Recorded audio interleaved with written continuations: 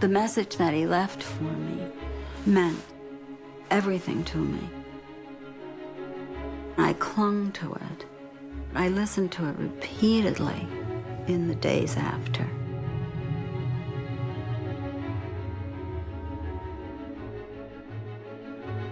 Everybody has told me that has lost loved ones, you'll lose the sound of their voice.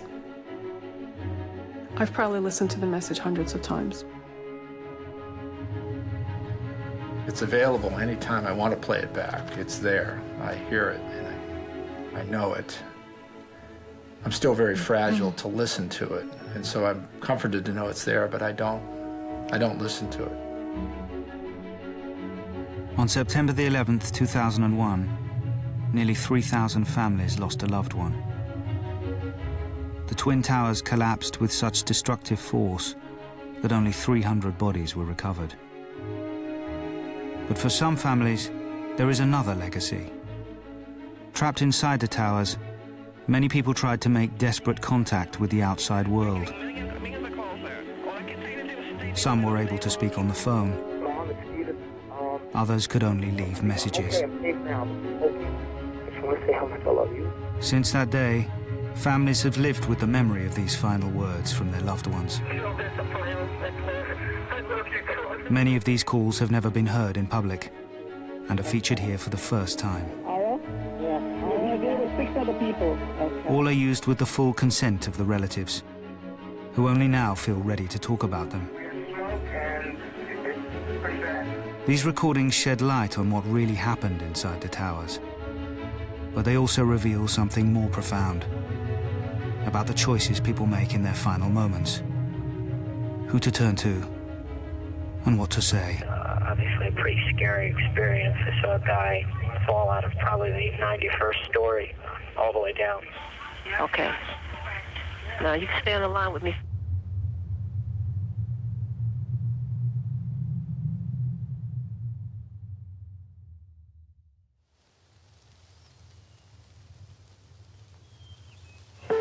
I just wanted to let you know I love you, and I'm stuck in this building in New York. There's lots of smoke, and I just wanted you to know that I love you always.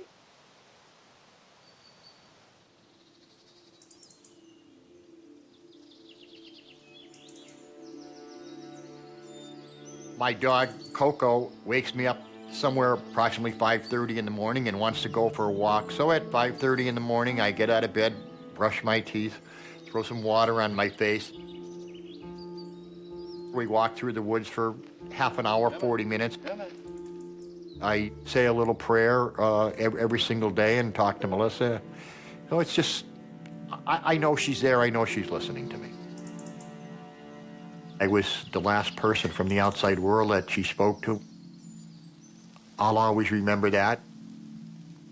When you fall asleep sometimes at night and you close your eyes, you can just see her face there saying, "Dad, I love you."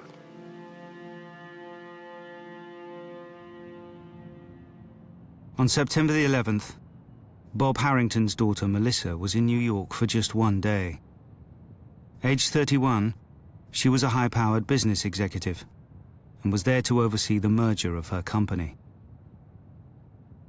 The meeting was on the 101st floor of the North Tower of the World Trade Center. She was only going to be there that Tuesday. When the merger was done, she was flying back to California the next day.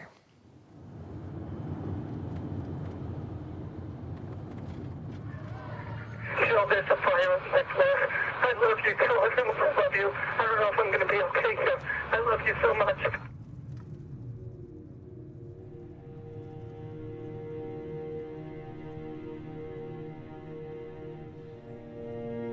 We found nothing of Jim. He was completely destroyed. So the fact that I'd spoken to him means so much to me. I think that the healing process is ongoing. It's important to let people know what families of 9/11 have been experiencing, what we've been going through, what we've gone through. We still have those memories that we don't want anybody to ever forget. Jill Gartenberg had just started a family with her 35-year-old husband, Jim. A successful real estate executive, Jim had recently accepted a promotion at a new company. On September the 11th, he had only gone in to clear his desk at his office on the 86th floor of the North Tower. Saying goodbye, I love you, is the last thing I can remember seeing him walking out the door that morning of September 11th. We just had a plane crash into Alpha 4 of the World Trade Center. The World Trade Center, tower number 1, is on fire. The whole outside of the building was just send every available ambulance to the World Trade Center now.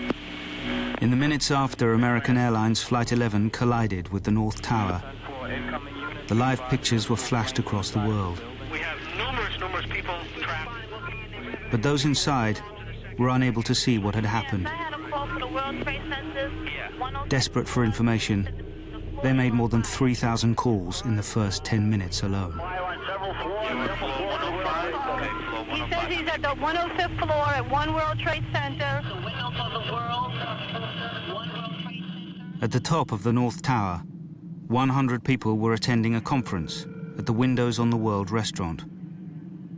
Among them was 31-year-old Christopher Hanley, who made one of the first recorded calls to 911 emergency services that day. Yeah, hi. I'm on the 106th floor of the World Trade Center. We just had an explosion. The 106th floor? Yes. 106, okay. We have smoke, and it's pretty bad.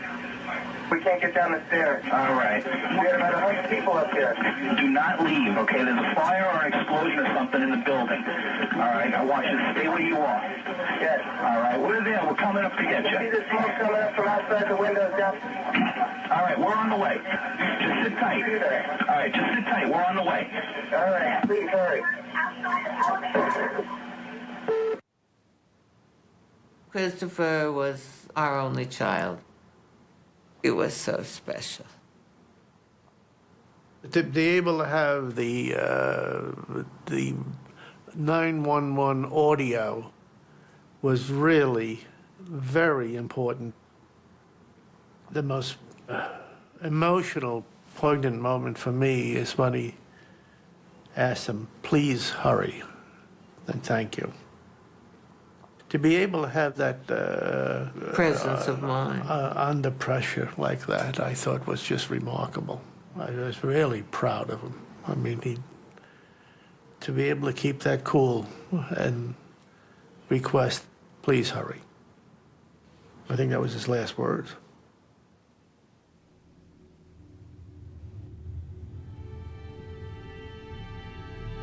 The sonic record of that day, the audible record of that day, is essential because the visual record of that day is limited to the exteriors.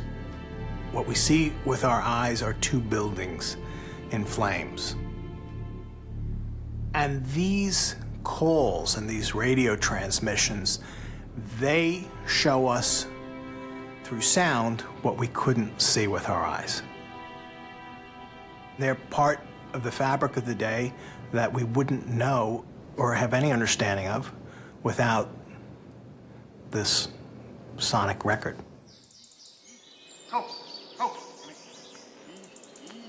No. Easy. There's a tree in front of my house that was planted the week after Melissa was born. The tree grew up, Melissa grew up, and the tree grew up to be probably the biggest tree on the street. And Melissa grew up to be such a fine, nice, beautiful young lady. Melissa would have been 39 last week. Now the tree is probably 40, 50 feet high. When I planted it, it was 5 feet high and as skinny as 2 fingers together. So, you know, I look out and I see that tree and I just remember the day she was born.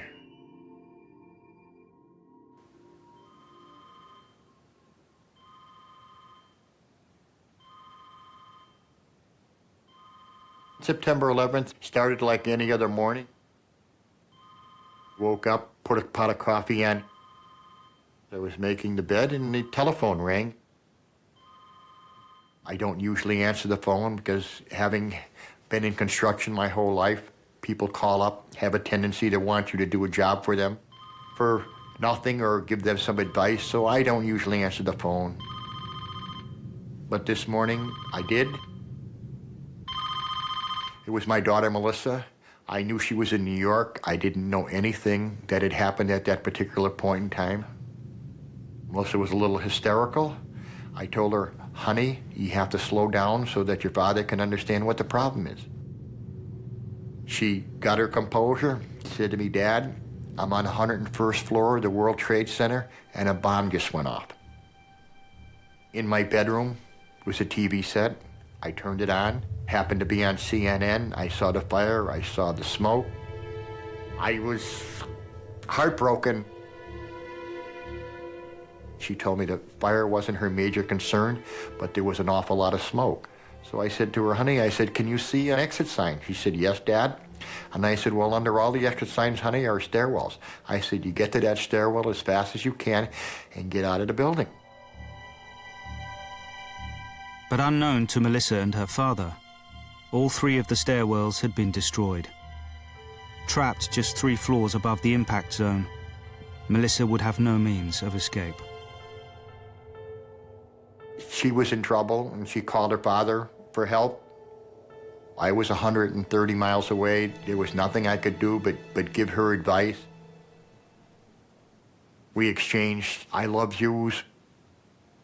And to my knowledge, I was the last person from the outside world that she spoke with.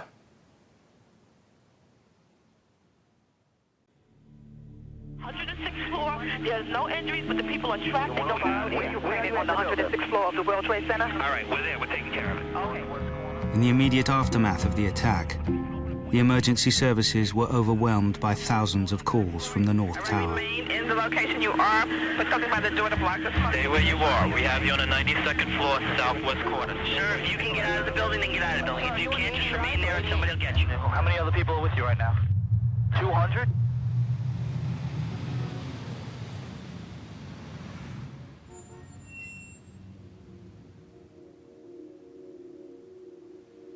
Morning. Happy birthday.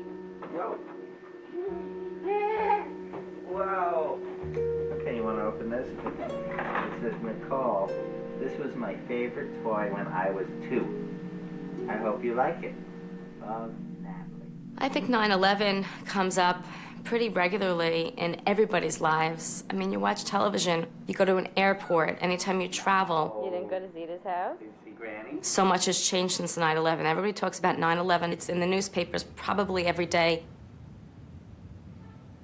And all I think about when I hear that 9/11 is, I am so proud that my husband did what he could that morning.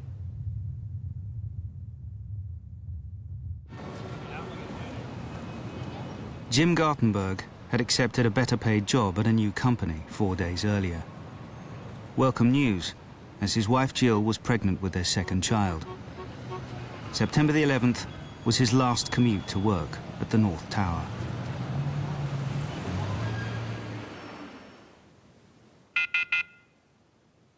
I went to work soon after he did, and my office is very close to our apartment, so I just walked the few blocks. When I got there, there was a message light blinking, and I listened to the machine right away. Jill, there's a fire on my floor.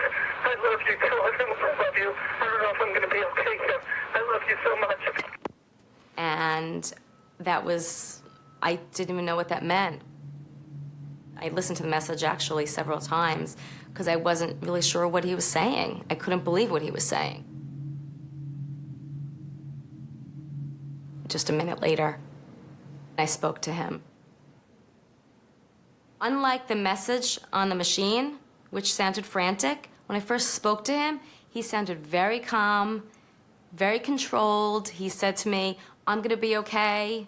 You know, there's a fire, but I'm gonna be okay. And he said I said, stay down low. I mean, right? What we learned, stay down low if there's a fire. And he stayed down low, and he was hiding behind a desk, and he was trying to call for help, and he had no idea what was going on. 500 miles away in Chicago, Jim's closest friend, Adam, had only just arrived at work.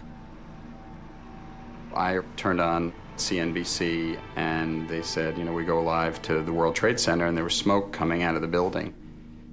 The first thing I did was call his office. He picked up the phone right away, and he had a voice that I had never heard before, and it was, you know, just utter panic and fear and expletives. There's fire, there's smoke everywhere, there's debris, I can't get out. You got to get me out of here. He had asked what happened, and he didn't know, and I didn't know.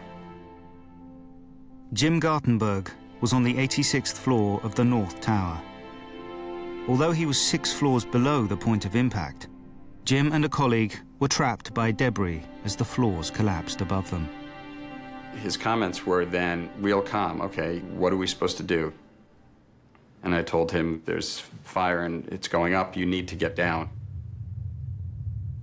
And he said, I can't go anywhere. The stairs are blown out below us. You know, the debris is too heavy. We can't move anything.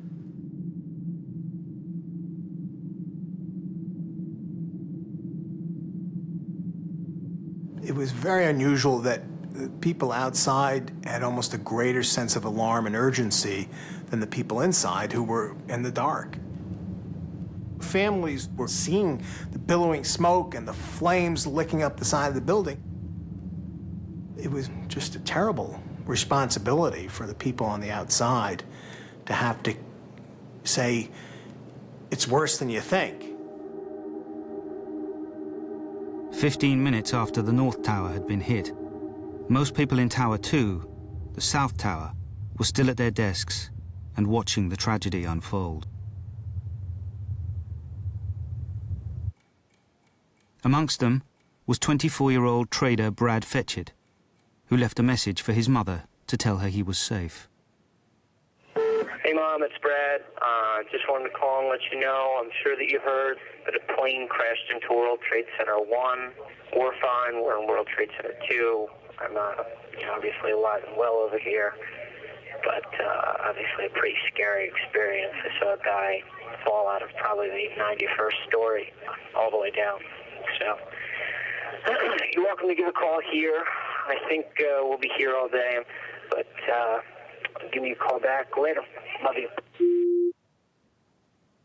He was trying to reassure us that he was okay, but you could tell as he cleared his voice when he talked about seeing someone fall from the 91st floor that there was a lot of fear in his voice. It's available anytime I want to play it back. It's there. I hear it, and I know it, and I'm still very fragile to listen to it, and so I'm comforted to know it's there, but I don't listen to it.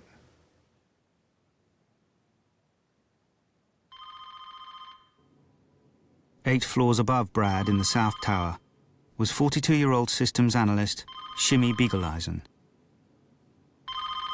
The phone rang and it was Shimmy. Ma, don't worry, I'm fine. And I said, please don't waste any time. I know all about it. Get out. And he said, listen. And he put the receiver up to the loudspeaker, and I heard the announcement, do not leave your office. This building is secure. As we hung up, my nephew called, and he was practically incoherent. He said, Shimmy, Trade Center. I said, Shimmy is okay. And as I said, okay, I never got the K out because I saw the plane hit the other building.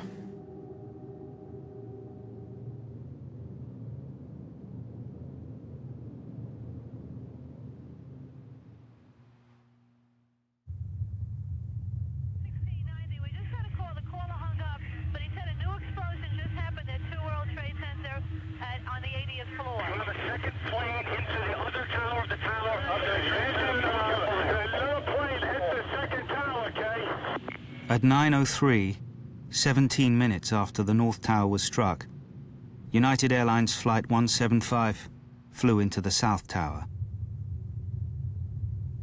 Immediately, the emergency services were flooded with calls, as 700 people were trapped above the impact zone. Lieutenant, Manhattan Dispatch. Yes, hi. Major disaster, number 2 World Trade Center. They're requesting everything possible. Northwest Conference Room. Tower 2, room 105. This is at the World Trade Center. People are trapped. I have a call on the line. The line is open. What floor are you on? They're not answering. We're getting millions of calls there. All I can say to do is stay near the window, stay low, put a towel by the firefighters in the city are on their way over there. Yes, sir. I understand that. All right, we're trying to get to people as fast as we can.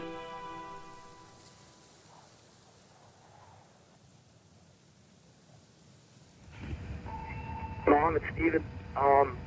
My plane, my building got hit by a plane, and right now it's, I think I'm okay, I'm safe now, but it's smoky. I just want to say how much I love you, and I will call you when I'm safe. Okay, Mom? Bye.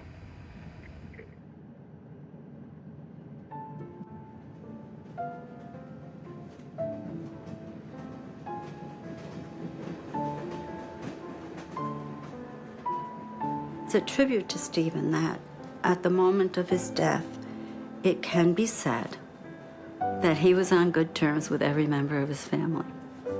And that's not easy. Stephen was with us for 33 years, and we have a choice. We can either say we are so mad that he's not here, or we can say we had him for 33 years. And we have a feast to return to, the feast of the memories.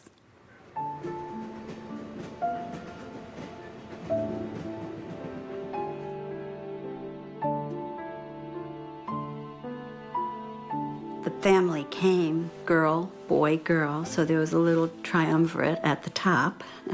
And then 4 boys came in a very quick succession.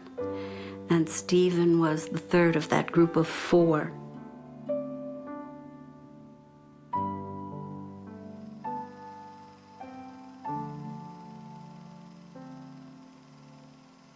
Stephen was very relaxed, smiling, laughing. He was very laid back, very happy. You know, he really was happy a lot of the time. Stephen was really a peacekeeper within the family because we all have very strong personalities, and at a dinner table we all want to voice our opinion, and Stephen was the best, I think, of any of us of listening to all sides of an argument and really keeping the peace. That was the role that I thought he played in our family. He definitely did that, and it's a challenge to fill that role now. Following a successful career as a college basketball player, Stephen had moved to New York.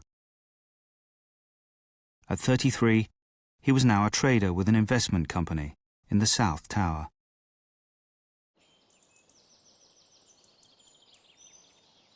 September 11th was a beautiful, beautiful day, as everyone always will remember, I know. I was very pleased to be going to a yoga class around the corner in the Village Hall. And at the end of the class, I walked home, and when I came into this house, there was a blinking light on the answering machine, and I had 6 messages. Not the usual thing. And one of the messages was from Stephen. Mom, it's Stephen. My plane, my building got hit by a plane, and right now it's, I think I'm okay, I'm safe now, but it's smoky. I just want to say how much I love you, and I will call you when I'm safe. Okay, Mom? Bye.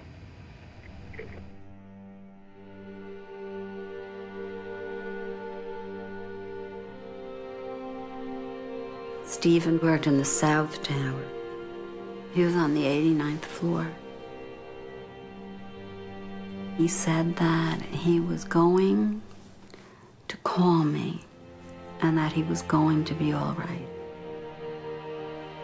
There were messages then from people calling to say, Anne, are your children all right? And then there was a message from my husband And he said, promise me you will not turn on the television. And that was an easy promise to make.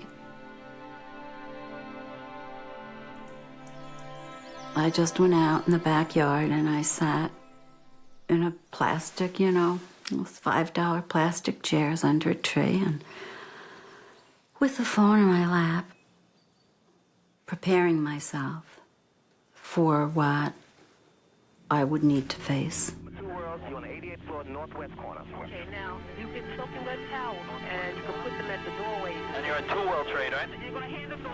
Sorry, are you on the 89th or 88th? Families often have a map in their minds of where their loved ones are in the world.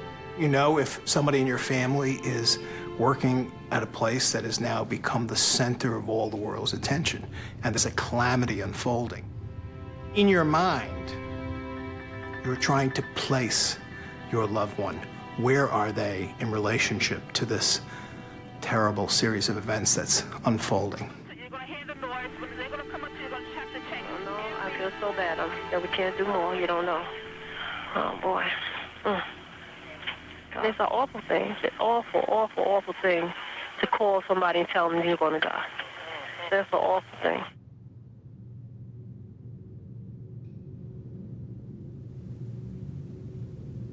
Just seconds before the South Tower was hit, Shimmy Beagle-Eisen's mother had urged him to leave. Now he was trapped on the 97th floor. By 9:15, the family apartment in Brooklyn had filled with Shimmy's loved ones. The phone passed between them, as each offered him consolation and advice. We had Shimmy on the phone. We were trying to find different ways how to calm him down and relax him, possibly of different ways of maybe getting out, him trying different exits. At one point when I was talking to him, he shared a few private things with me. He asked me to look after his wife and children. And all this time, I was able to hear in his voice that the situation was becoming a lot worse. There was now fire and dense smoke above the impact zone. Those trapped there began to panic. Shimmy's close friend, David, called to try and calm him. Shimmy? Yeah. Just hang in there.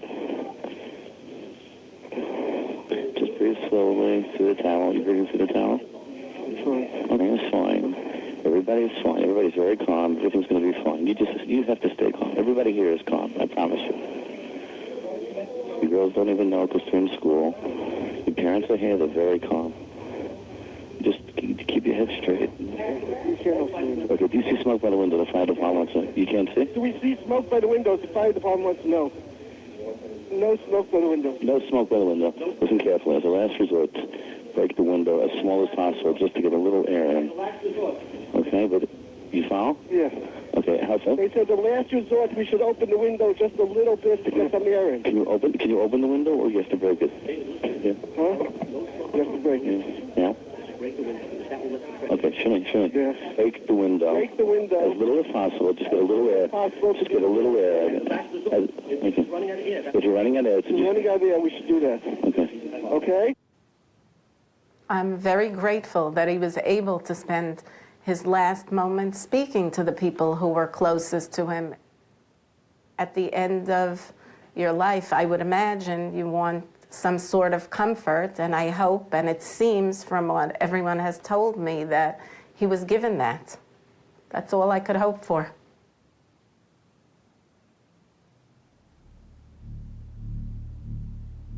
In the North Tower, the first to be hit, Jim Gartenberg had been trapped by falling debris for more than half an hour. Having spoken to his wife, Jill, and best friend Adam, Jim now wanted his predicament to be known to the watching world. He managed to make contact with a reporter at the New York Times, Jim Dwyer.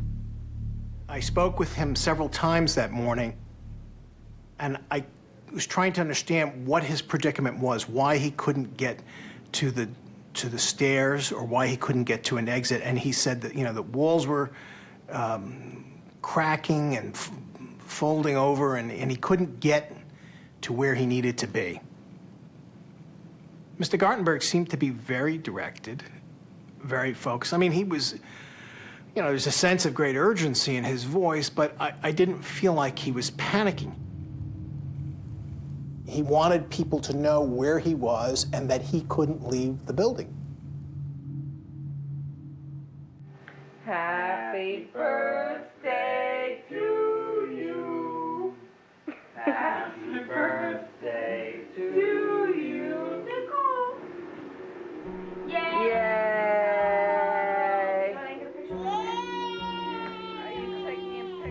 Jim has always been a leader. And I think that showed through on that day.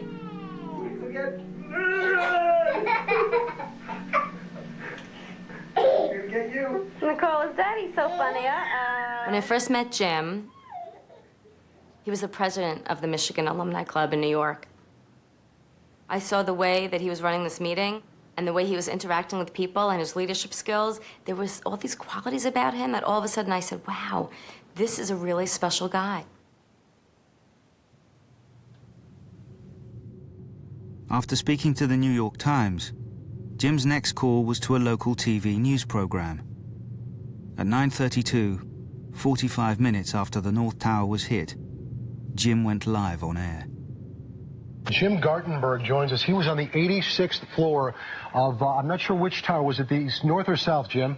It's World Trade Center 1, and it's not was. I am here, and I'm stuck right now. Now, are you above, Jim, or below? I have no idea. I have no idea where the plane hit. It's my understanding that it's a plane. Jim, there are two planes. One went into one tower, one went into the other tower.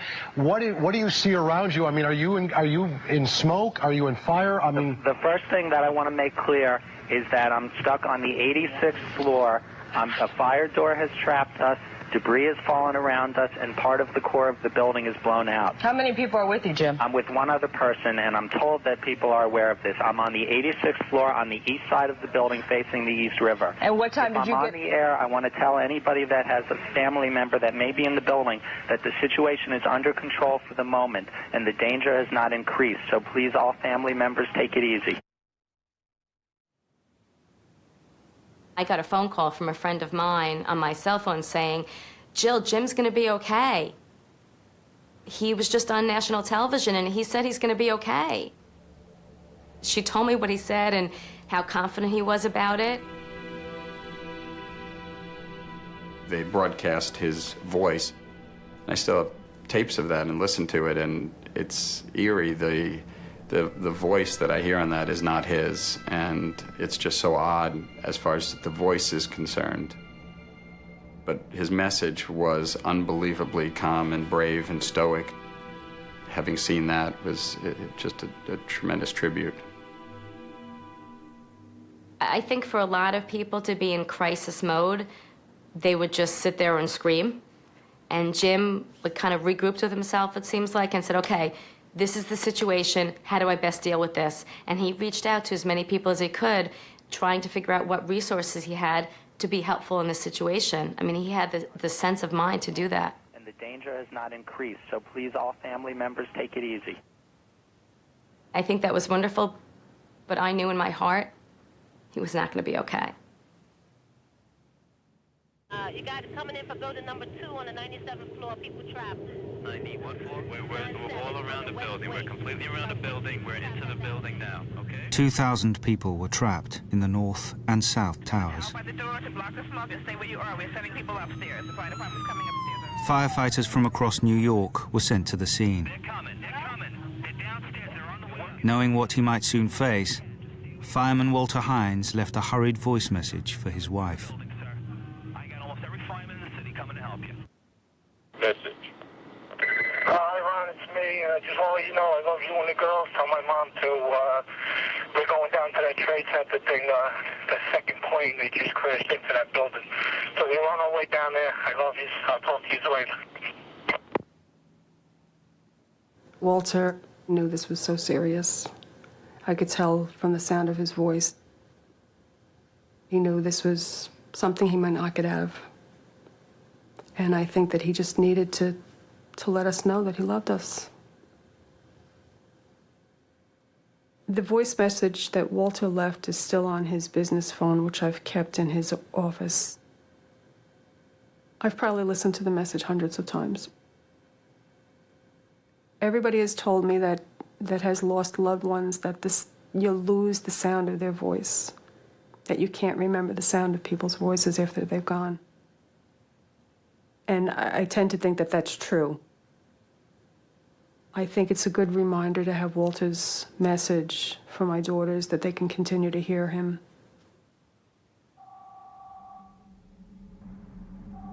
While some messages provide consolation, others are a painful reminder of a missed opportunity to say goodbye. I woke up to my telephone ringing.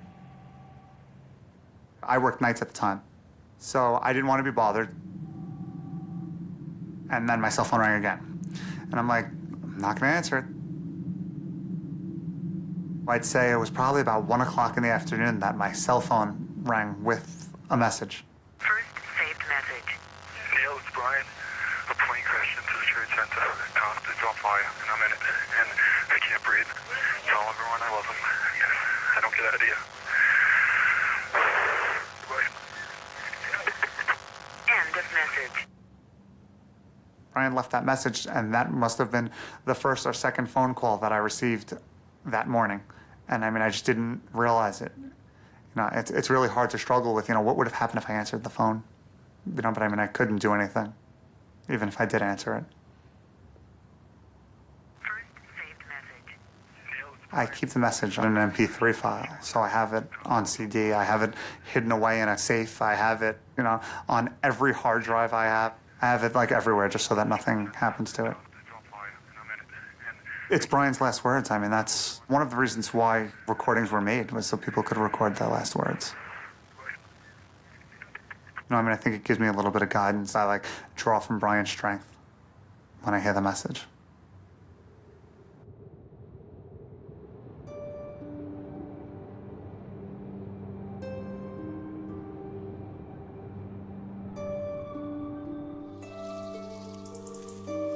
Just 3 floors below Brian Nunez in the North Tower was Melissa Harrington Hughes. She was trapped on the 101st floor.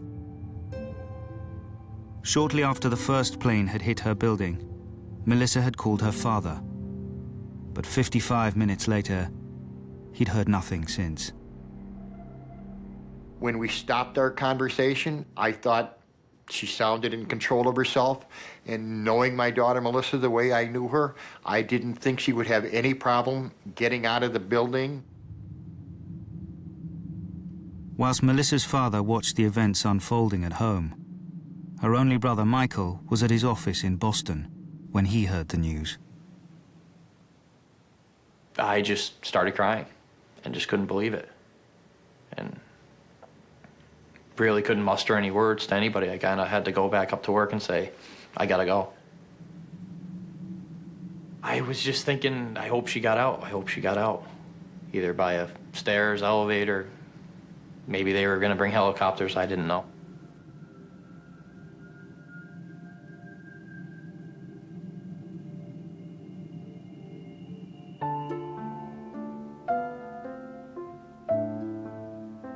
My sister was very protective of me. I can't say growing up I realized it, because as a younger brother, you're always thinking the negative when you're younger. You get mad, you get upset. I don't like you, get away from me, you know, the typical brother-sister thing. But as time progressed, she looked out for me tremendously. It's on. He knew You it was jerk, it was working? No, it wasn't working. But you know what? What? It's working now. The relationship between Melissa and my father when she was growing up kind of in the teenage high school years was probably hostile at times. You gotta think, 2 people with the same traits, I mean, both strong-willed, nothing's ever gonna be easy. He was probably the only person she couldn't win against, was my father, and I think her traits came from him. Her drive and her strong-willed. Growing up, Melissa had always been determined to experience life beyond her small-town roots in Massachusetts. Melissa spent the summer in France. She had the idea that Paris was the greatest city in the world, loved the clothes, loved the hairstyles. She had long hair. When she came back, her hair was very short. That was a style in Paris. When she got off the airplane, her mother and I looked at her, and we were like, we didn't expect that. Aged 26, Melissa moved to California to work for a large internet communications company. Melissa was a very ambitious young lady. When she was in California, she bought a BMW. I was like 60 years old when she bought the BMW. I'd never had a car as nice as that. I said to her, Melissa, can you afford it? She said, Dad, I may never have an opportunity to buy one again. She bought it. She loved it. She wasn't here that long, but she had a wonderful time in the 31 years that she was here. She always aimed for the best, and most of the time she got it. After speaking to her father, Melissa rang her husband, Sean, in San Francisco, to whom she'd been married for just a year. He was asleep when she called. Sean, it's me. I just wanted to let you know I love you, and I'm stuck in this building in New York. There's lots of smoke, and I just wanted you to know that I love you always. Melissa met Sean at a junior club dance. That's basically how they started their relationship. He was a very nice young man, and they were an extremely attractive couple. I could tell when she introduced me to him, her eyes just kind of glowed, and I could tell right away that he was probably the one that she was going to marry, and she did. Your kiss as a sign of their new married love may present you for the first time Mr. and Mrs. Sean Hughes.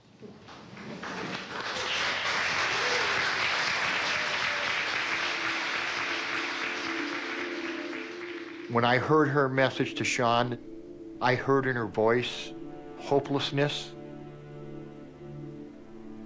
She was telling Sean that this is it, Sean, for me, but I'll love you forever, buddy.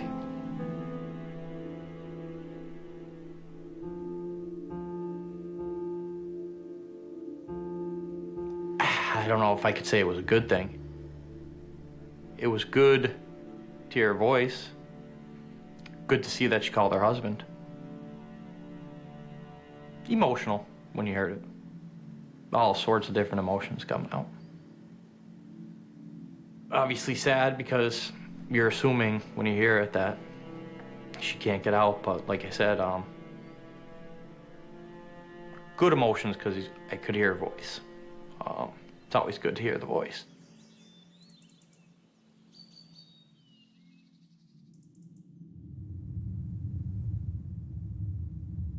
An hour after the first plane struck the North Tower, some people were still struggling to make their first contact with loved ones. The phone networks were overloaded.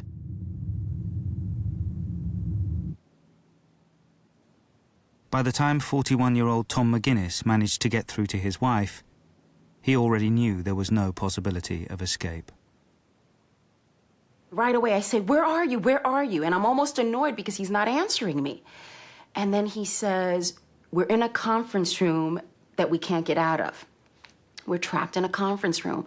And I said, "Well, who's with you?" And he rattles off the names of a couple of guys I know, 3 guys that were with him, plus these other people. And you could hear it in the background. You could hear people talking. You didn't hear panic. You heard, I remember one guy yelling, "Let's just knock down this goddamn wall." I remember telling him, I said, "You're gonna get out of there." I kept telling him that. And that's when he said to me, he goes, "Ileana, you don't understand." He says, "There are people jumping from the floors above us." And that's when I just thought, oh my God. Like, what are these guys going through that they are seeing what's going on right above them? And it was just unbelievable. And I just kept saying, "You're coming home tonight. You're coming home tonight." And he said, "I love you." And he said, "Take care of Caitlin." he said, I have to get down on the floor, I love you. And that's when I lost the connection at that point.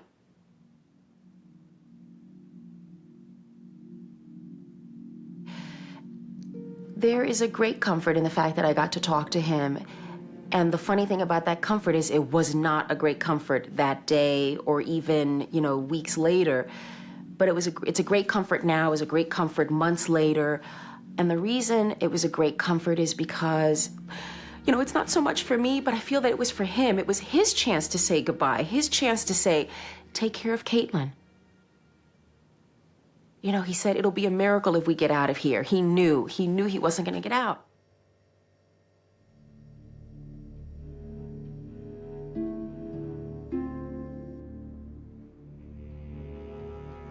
In the South Tower, the second to be hit, conditions were now desperate.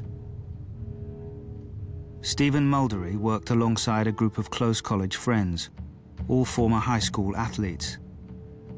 As the fire spread, the group made a collective decision to stick together and try and reach the roof.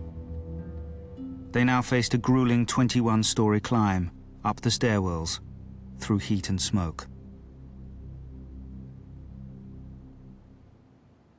Stephen was passionate about basketball, but he was tiny and slight. I have a picture of him in 8th grade when he was devoted to basketball. And he is standing between two fully grown classmates who were his best friends. And he looks like he's the mascot, and he wasn't. He hung in there.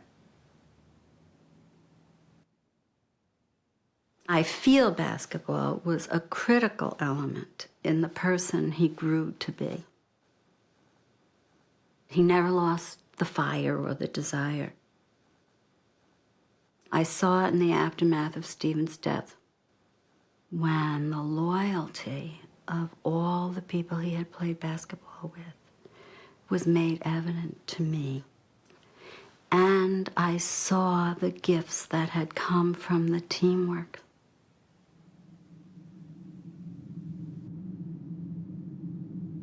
Stephen and his friends reached the top of the building, but the doors to the roof were locked. They retreated back down the stairwells and took refuge in an empty conference room on the 88th floor. Sharing a single mobile phone, each one took turns to say their goodbyes. Stephen and others passed the phone around and let people get word out to their family members.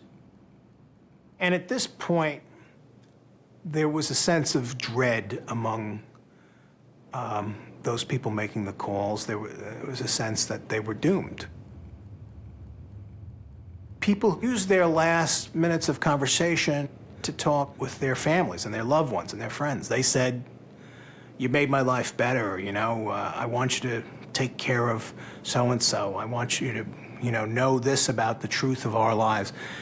And it was a kind of a moment of truth for many people, a moment of desperate truth, but also transcendent truth.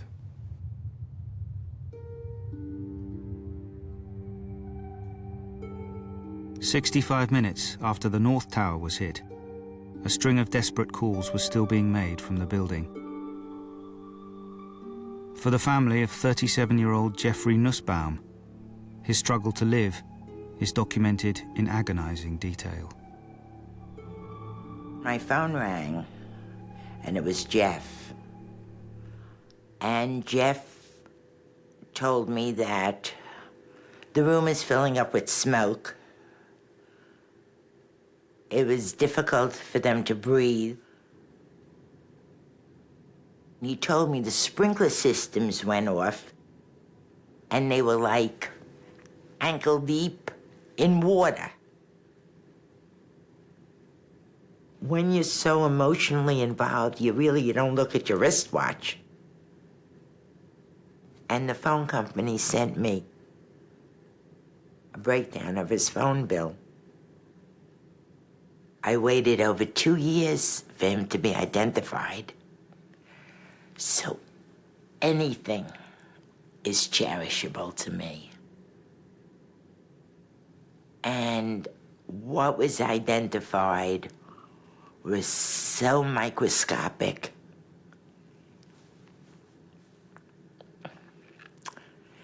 that you hold on to everything, even the telephone bill.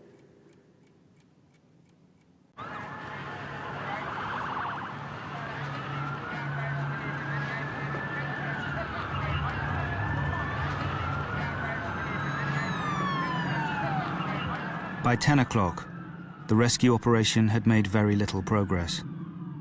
The fire department had been blighted by malfunctioning radio receivers within the towers. Once inside on the stairwells, the firefighters could not communicate with each other. But that silence was about to be broken. Someone was able to make the radio receiver work, and we have a remarkable, illuminating document of the effort to get up to the high floors in the South Tower. Battalion 7 on floor 40 of Tower 2. We got one elevator working up to the 40th floor, staffed by a member of Line 15. The man who repaired the radio receiver was 45-year-old Oreo Palmer. As Chief of Battalion 7, Palmer was amongst the first to arrive at the scene. As he entered the South Tower, he single-handedly fixed an elevator and took it to the 40th floor, halfway to where almost 700 people were struggling to stay alive. And then he started to climb on foot.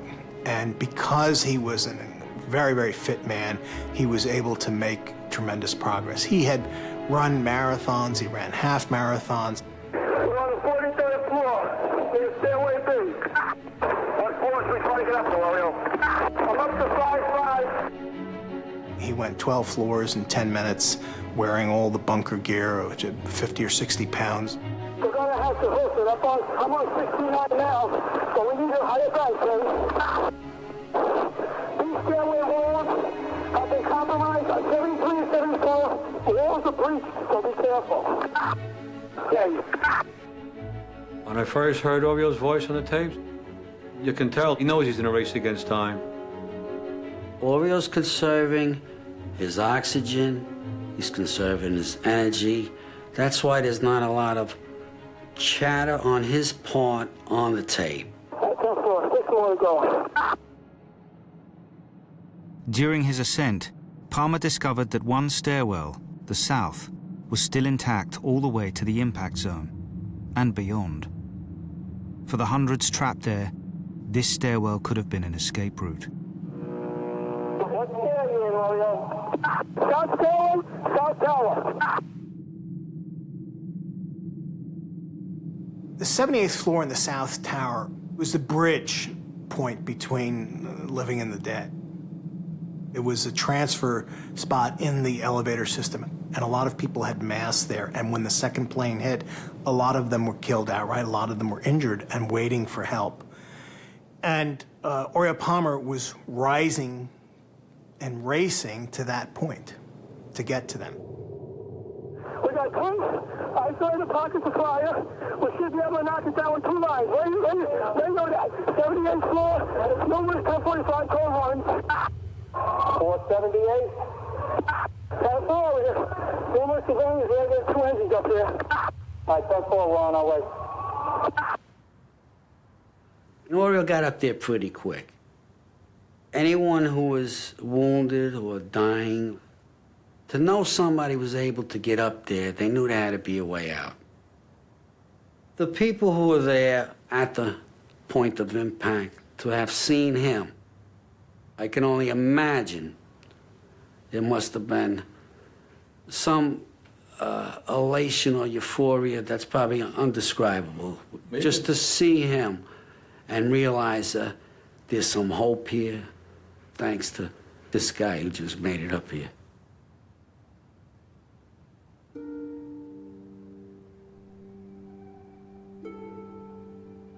When I heard the tapes, you were watching a screen with all the words on it, but with a digital countdown, so you knew exactly what was coming. You knew the exact minute that the towers were going to go down.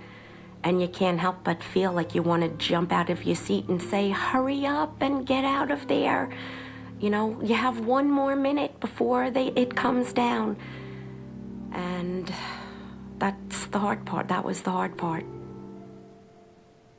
I was not surprised when I heard that Oreo had made it to the 78th floor.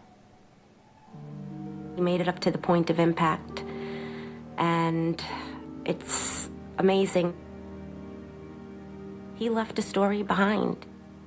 My kids will have it, their kids will have it, and I just feel that it's to honor his memory and the person that he was. 7 minutes after Palmer's last words, the South Tower would collapse. There is one 911 call which captures this moment from inside the building. It highlights the moral complexity of hearing the suffering of those trapped.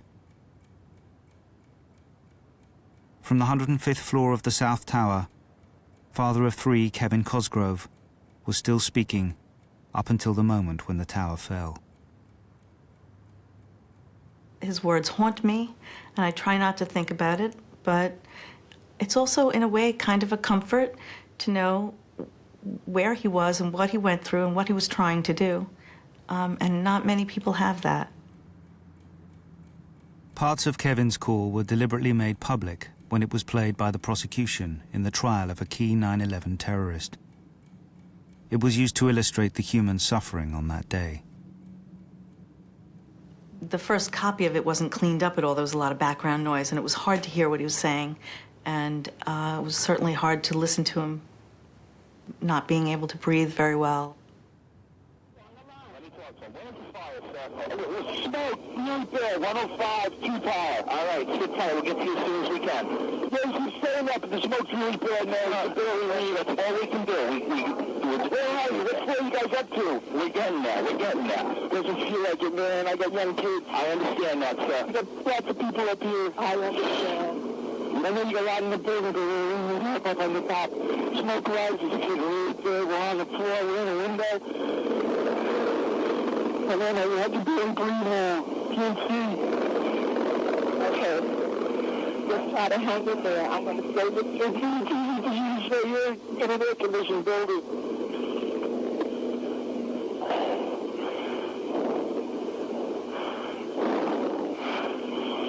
It's really bad. It's black. It's iron. Those young men, we're not ready to die. I understand. Hello? Hello? We're looking at Financial Center. 3 of us, 2 broken windows.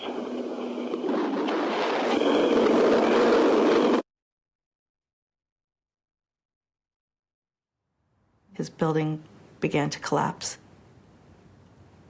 It was the first one to fall. Some people said, you know, hearing Kevin's words has made the events of 9/11 more human for them, that there were really people in there and it wasn't just buildings. One lady called him the voice from the towers. It made it real for her, that it wasn't just a news story. It seemed like it was just a movie, but then when they heard Kevin speaking, realized this was a real thing with real people inside. For Wendy Cosgrove, there is comfort from the fact that almost 10 minutes of the call were not played in court. I'm glad that I have some that are just my own private memories that I don't have to share with the world. Because it is rather hard to share my husband's last words with the entire world. So it's nice to have something a little private. I guess what I would want people to learn from listening to the recording is that life is short, that you never know when you're going to lose your loved ones, and to spend every minute you can showing them that love. And that's what's important in life.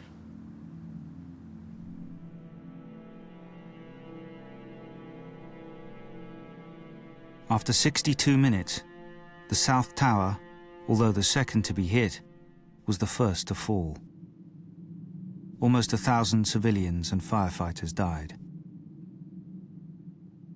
Along with Kevin Cosgrove, they included Brad Fetchit, Shimmy Beagleisen, firefighter Walter Hines, Battalion Chief Oreo Palmer, and Stephen Muldery. The phone rang, and it was Amy, my youngest daughter. And the first thing I said to her was, "Where's Stephen?" And she didn't answer. There was just silence. I got home and I called my mother, and she was so happy to hear my voice. And I told her about Stephen. And I just know she just screamed, and that was it. She knew he was gone. And a sound came out of me that I'd never heard in my life. It was just an animal sound. And I knew when I heard that sound for the first time in my life, that howl, that it was universal. And that, you know, my family and I had joined all the losses of all the ages. Mom, it's Stephen. My plane, my building got hit by a plane, and right now it's, I think I'm okay, I'm safe now. The message that he left for me meant everything to me. I mean, I clung to it. I listened to it repeatedly in the days after. But I did put it aside at a certain point and say that I would not continue to do that. And a very odd thing happened, and it is that as time went by, I created a new message that had never been left. I added to what he had left, thinking he had left it.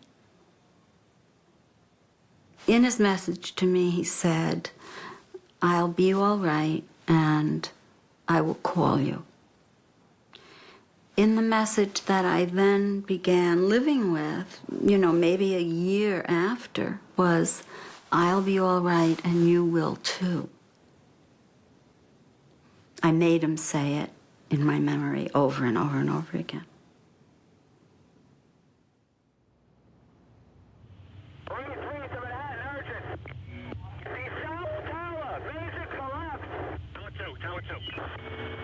George, have them mobilize the army. We need the army in Manhattan. All units stand by. Everybody try to calm down. Although the first to be hit, the North Tower was still standing. For those with loved ones trapped inside, the collapse of the South Tower was a terrifying premonition. When the first tower went down, I was hoping that Melissa had gotten out of the building. I knew she was not in that tower.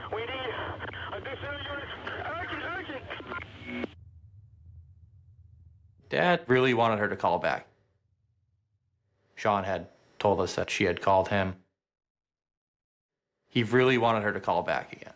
And just nervously anxious was the way I viewed him.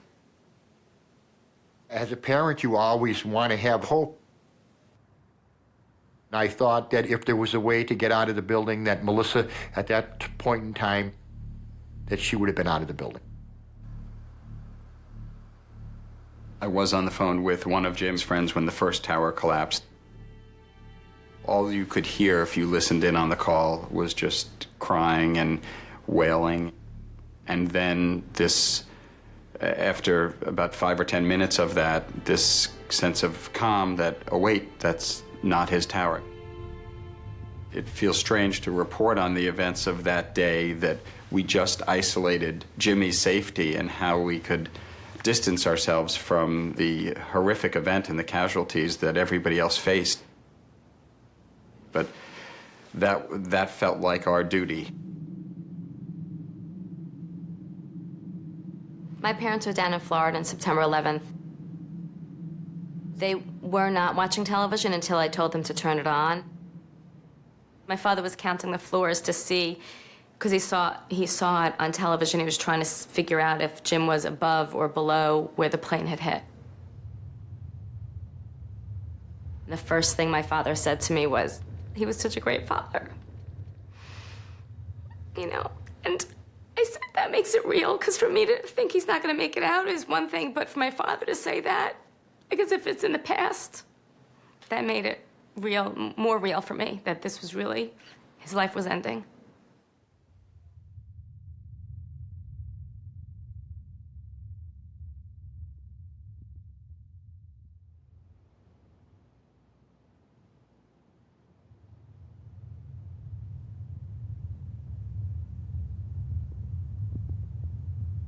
At 10:28, 102 minutes after it was hit, the North Tower fell.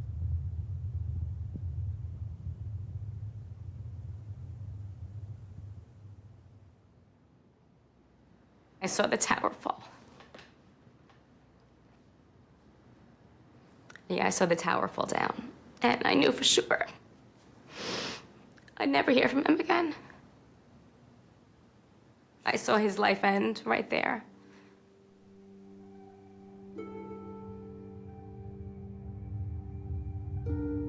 I felt, my heart had been ripped from my body. I can't ever remember feeling that sadness ever in life, or that much emotion and tears, and nor do I hope I ever will. My wife Beverly was working, teaching school in Chicopee. I had to drive to Chicopee to inform my wife that Melissa was in the North Tower. We were listening to the whole thing on the radio when we were driving back, and on our way home, the North Tower collapsed. My wife asked me to shut the radio off. I shut the radio off, and we came home and cried together.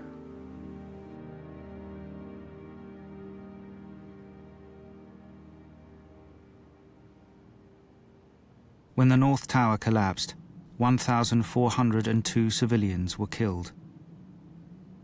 Along with Melissa Harrington Hughes and Jim Gartenberg, they included Christopher Hanley, Brian Nunez, Jeffrey Nussbaum, and Tom McGinnis.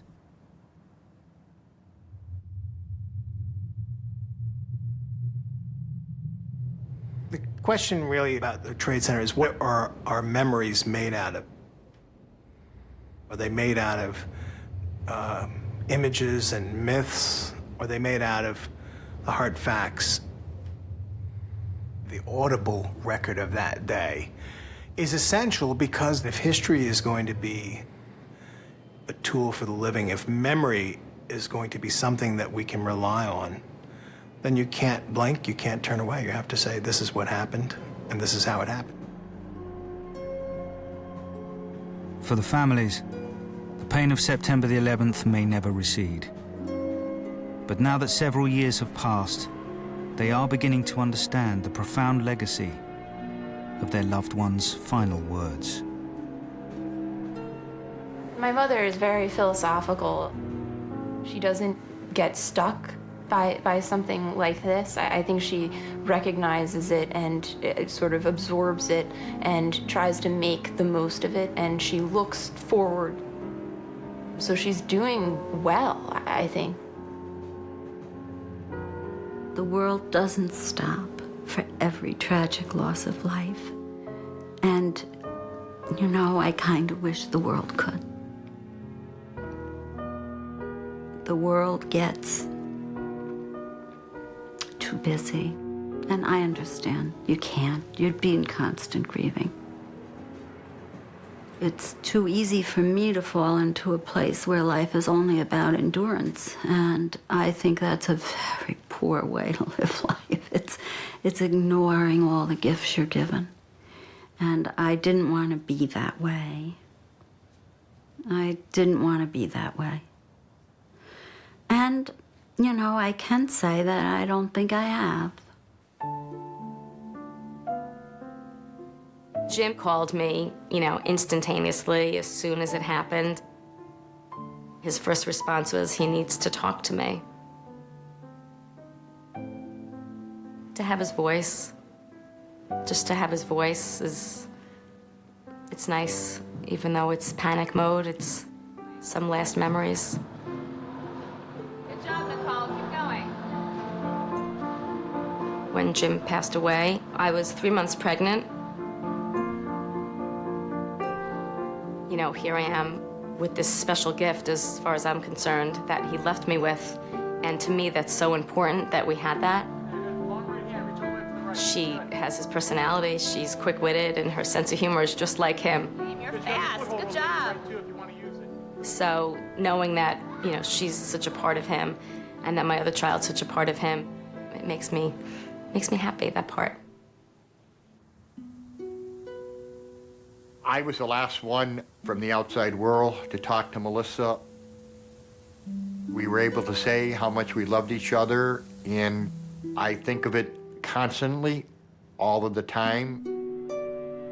Ever since Melissa's passing, I don't want to put a good spin on it, but it's changed him. It's made him more aware of things, I should say. He's a more loving man now than he was before. Didn't show his feelings as much before, and now he does. Like with my son, who was, coincidentally, which was kind of fate, I would have to say, was born on September 11th. When you leave the face of this earth, all you leave are your children. That's your legacy. Melissa brought a lot of joy into our lives. My inner peace with Melissa's death might come from the fact that I spoke to her. I find a lot of pleasure knowing that Melissa called me, knowing that we were able to say our last goodbyes, basically. I got to talk to Melissa in person, I'll take that to my grave.